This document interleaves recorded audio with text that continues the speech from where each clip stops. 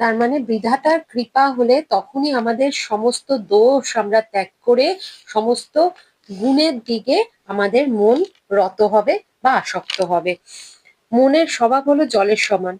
সে কিন্তু সবসময়ই নিচের দিকে যায়, উপরের দিকে নিজে নিজে যাবে না। উপরের দিকে তো প্রয়াসপূর্বক আমাদের তাকে তুলতে হবে।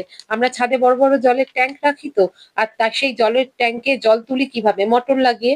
তারপর আমরা তাকে কাজে লাগাই, না হলে সেই জল আমরা প্রয়োজনে কোনো ব্যবহারেই আনতে পারবো না। তাহলে জল সবসময় নিচের দিকে বয়ে যায়। ঠিক সেই রকম মনও কিন্তু জলের মতোই আচরণ করে এবং সবসময় নিচের দিকে প্রবাহমান হয়। যাতে সৎ বৃত্তির দিকে আমাদের মন আসক্ত হয়, অনুরাগী হয়, তার জন্য তাকে কিন্তু তৈরি করতে হয়। আর সেটার একমাত্র উপায় কি? রামের কৃপা, বিধাতার কৃপাতেই সেটা সম্ভব। এবার বলছেন কাল সুহাও করম বরি আই, মানে কালের স্বভাব ও কর্মের প্রবলতার জন্য। কালের যে স্বভাব এবং কর্মের প্রবলতার জন্য মানুষ অনেক সময় বিপথে যায়। যে ভালো লোক, সেও কিন্তু কালের বশীভূত হয়ে অনেক সময় বিপরীতধর্মী কাজ করেন।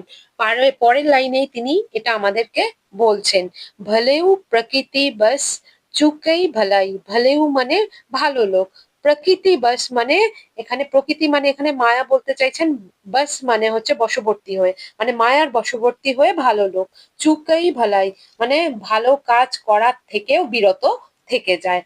কইকেয়ী মায়ের সাথে এটাই তো হয়েছিল। শ্রীরামকে সব থেকে বেশি স্নেহ করতেন, মমতাময়ী মা ছিলেন তিনি শ্রীরামের। সব থেকে বেশি প্রেম যদি কাউকে করতেন তিনি ভগবান রামকেই করতেন। কিন্তু কি হলো, মন্থরা তার প্রেম রূপী অমৃতের মধ্যে নিমিশে এসে বিষ গুলে দিল। যদি কেউ কারোর মনে বিষ ঢালতে থাকে নিরন্তর, তাহলে একটা স্থিতি এমন আসবে যখন সেই ব্যক্তির মন বিষাক্ত হয়ে উঠবে, মন বিষে ভরে যাবে। খুবই বিরল সেই ব্যক্তি যাকে বিষ কিন্তু ছুঁতে পারে না। সেটাই তুলসীদাসজি বলছেন যে কালের স্বভাব ও কর্মের প্রবলতার জন্য মায়ার বশবর্তী হয়ে ভালো লোকও কিন্তু পথভ্রষ্ট হয়ে যায়, ভুল কাজ করে, পাপ করে, নিজের উৎকৃষ্ট গুণ ত্যাগ করে। কইকেয়ী মা শ্রীরামের জন্য 14 বছরের বনবাস আর পুত্র ভরতের জন্য 14 বছরের রাজসিংহাসন চেয়েছিলেন। তার মধ্যে মন্দ সেই প্রবৃত্তিটা চলে এসেছিল, আর তার কাছে অধিকার ছিল দুটো বর চাওয়ার। দুটোই কিন্তু তার কাছে ছিল বলেই সে কিন্তু এই কাজটা করতে পেরেছিল। যে বিষ ভেতরে গুলে দেওয়া হয়েছিল সেই বিষ তার প্রভাব দেখিয়েছিল। তাই আমাদের ভেতরে যদি অমৃতের তত্ত্ব বেশি থাকে, তাহলে বাইরে থেকে কেউ কুমন্ত্রণা দিলেও কিন্তু আমরা সচেতন থাকব।